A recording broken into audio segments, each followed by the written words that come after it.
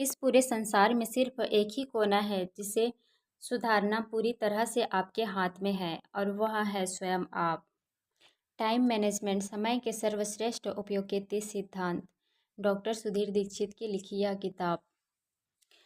हम सब के पास एक दिन में 24 घंटे होते हैं, न किसी के पास ज़्यादा न किसी के पास कम।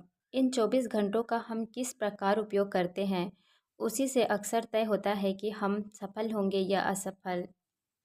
टाइम मैनेजमेंट, जिनका उपयोग करके आप अपने जीवन को सार्थक, सुखी, संपन्न और सफल बना सकते हैं।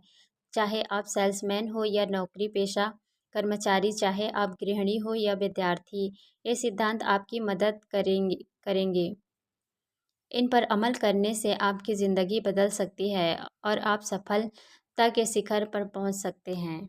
एक कहावत है, समय की रेत पर कदमों के निशान बैठकर नहीं बनाए जा सकते हैं। हेनरी रोज़पेरा कहते हैं, यदि आपको सांप दिखता है तो उसे मार डालें, सांपों पर कमेटी बैठाने की कोई ज़रूरत नहीं है। समय के सर्वश्रेष्ठ उपयोग के 11वां सिद्धांत, कर्म में जुट जाएं। बेहतरीन लक्ष्यों और सर्वश्रेष्ठ योजनाओं के बावजूद आप असफल हो सकते हैं, बशर्ते आप उन पर अमल ना करें। कर्म ही वह जादुई तत्व है जो आपको स्थायी सफलता दिलाता है। इसलिए समय के सर्वश्रेष्ठ उपयोग का 11वां सिद्धांत है, कर्म में जुट जाएं। हम सब जानते हैं कि बिना मेहनत किए हम सफल नहीं हो सकते, परंतु आश्चर्यजनक बात यह है कि इसके बावजूद हम मेहनत से जी चुराते हैं, काम को टालते रहते हैं, मूड न होने का बहाना बनाते हैं, समय का संसाधन की कमी का तर्क देते हैं, यानी काम करने के अलावा सब कुछ करते हैं। इस संदर्भ में तुलसीदास जी के इस दोहे को याद रखें, सकल पदारथ है जगमाही, कर्महीन नर पावत नाही। यानी इस संसार में सारी चीज़ें हासिल की जा सकती है, लेकिन वे कर्महीन व्यक्ति को नहीं मिलती। काम से जी चुराने का मूलभूत कारण यह है कि हम स्वभाव से आलसी होते हैं और हमारा मन हमें मनोरंजन या आनंद की आसान तथा आकर्षक राह की तरफ खींचता है। हम यह भूल जाते हैं कि सफलता की राह मुश्किलों से भरी होती है, जिस पर चलने का श्रम करने के लिए हमें अपने मन पर काबू पाना होगा, अपनी इच्छा शक्ति को दृढ़ करना होगा और लक्ष्य की तरफ लगातार बढ़ना होगा। हम यह भी भूल जाते हैं कि सफल व्यक्ति अपने मूड के दास नहीं बल्कि उसके स्वामी होते हैं। इस संबंध में सबसे अच्छी सलाह यह है कि कोई काम शुरू करते समय अपने मूड से सलाह ना लें, यानी अपने मूड के हिसाब से नहीं बल्कि अपने लक्ष्य और योजना के अनुसार काम करें।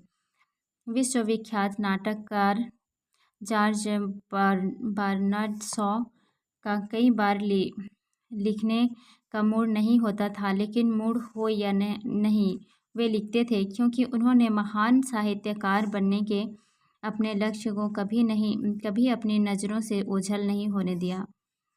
अपने इस लक्ष्य को प्राप्त करने के लिए उन्होंने संकल्प किया कि वे हर दिन 5 पेज लिखेंगे, चाहे उनका मूड कैसा भी हो।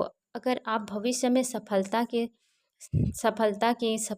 फसल काटना चाहते हैं तो आपको उसके लिए बीज आज बोने होंगे। अगर आप आज बीज नहीं बोएंगे तो भविष्य की फसल काटने की उम्मीद कैसे कर सकते हैं। पूरी सृष्टि कर्म और फसल के सिद्धांत पर चलती है, इसलिए आपको अपने कर्म के अनुपात में ही फल मिलेंगे। यदि आप सफलता चाहते हैं तो कर्म में जुट जाएं और तब तक जुटे रहें जब तक कि आप सफल ना हो जाएं। यदि आप समय का सर्वश्रेष्ठ उपयोग करना सीख लेते हैं तो आगे चलकर समय आपको पुरस्कार में वह वस्तु दे देगा जिसे आप प्रबलता से चाहते हैं, सम्मान, सफलता, धन, सुख या जो भी आप चाहते हो। Napoleon Hill. महत्वपूर्ण यह नहीं है कि आप क्या करने जा रहे हैं, इसके बजाय महत्वपूर्ण तो यह है कि आप इस वक्त क्या कर रहे हैं। अगर आप नहीं तो फिर कौन, अगर अभी नहीं तो फिर कब। यदि आप समय के सर्वश्रेष्ठ उपयोग को लेकर गंभीर हैं तो इसका सबसे सीधा समाधान यह है कि यदि आप किसी तरह आधुनिक आविष्कारों से मुक्ति पा लें और दोबारा पुराने ज़माने की जीवन शैली अपना लें, तो आपको काफ़ी सुविधाएं होंगी।